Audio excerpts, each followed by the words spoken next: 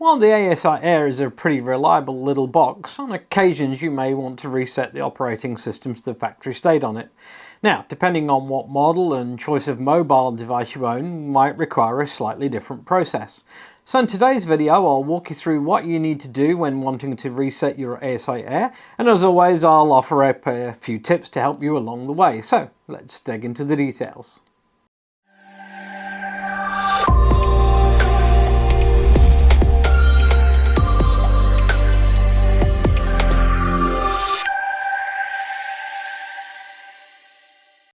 Hey everybody, my name's Simon. Welcome to Astroworkz, your friendly guide to the world of astronomy, full of hints and tips on how to get the best out of this amazing hobby.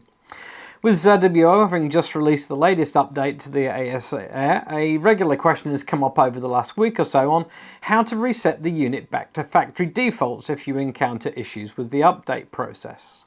It's worth reminding ourselves here that ZWO or the ASIAIR will never force an update on you. I see this all the time on the forums that ASIAIR forced an update, and this is simply not true. What you do need to check is that auto updates are turned off in your App Store settings, and then any update will only occur when you decide to update it by manually triggering the update process. Now you may want to reset your ASIAIR if you load up beta firmware, for example, and then want to swap back to the App Store releases, or if you encounter an error which you can't seem to fix by reloading the app on your mobile device. This can also happen occasionally if you remove power and not shutting down the ASIAIR from within the app first, which I highly recommend not doing. Always use the shutdown button inside the app and don't just pull the power plug out. The process to restore your ASIAIR also depends on your choice of mobile device and the model of the ASIAIR you're using. So let's look at each of these and see how you would restore your ASIAIR to the factory state. Now let's start with the Android operating system and the easiest and quickest of the ASIAIR fleet to restore, the Plus and the Mini models. With the Plus and Mini models, the operating system on these are self-healing. That means if there is an issue, then the ASIAIR will try and restore the corrupt files to ensure it remains fully functional. If you do want to return the Plus or Mini to the factory default state, then that's a pretty easy thing to do. The operating system for the Plus and Mini is installed on the eMMC memory and not on an SD card, so the restore process is pretty self-contained inside the ASIAIR. So, go to the main screen and choose the I icon from the top menu bar. Find the Reset Firmware button on the drop-down menu, and then press Start when the restore page is shown.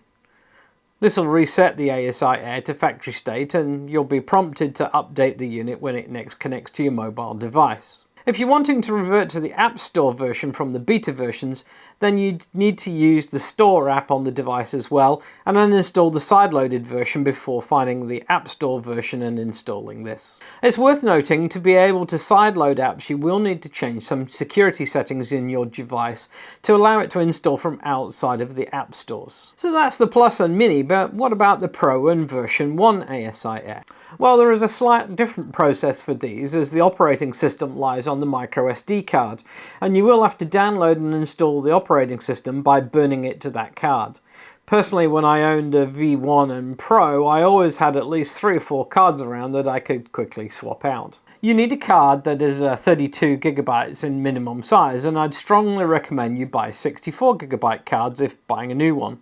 Now, you will only get to use 32 gig of that space, but some 32 gig cards are not quite 32 gig, and that can cause some issues. There is also no need to buy fancy high-speed cards either. Even a Class 10 card will do fine.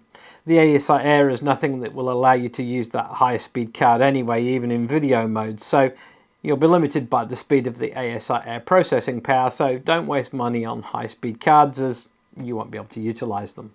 A top tip here is also to copy any saved plans and images off the card too, as the disk image process will wipe the card clean and you will lose any saved data, so do that now before starting. So the first job in the restore process is to head over to the ZWO software page and download the instructions.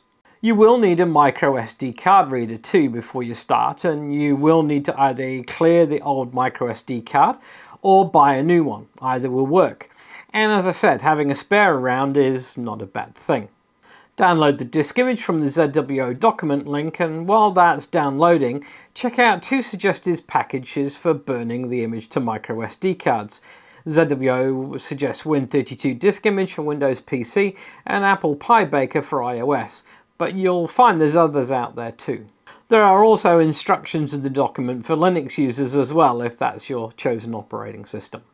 One tip I have is to ensure you only have one active partition on your disk, so you may want to hunt down a partition manager for SD cards too, so you can delete and recreate only one partition. That'll ensure the disk image is written to a single partition, which the process will make bootable. Do this with the microSD card removed from the ASIAIR and with the card reader in your computer. Once the SD card is ready, follow the instructions to burn the disk image to the card. Now this might take a while, maybe even an hour or more, so don't plan to be doing this just before imaging.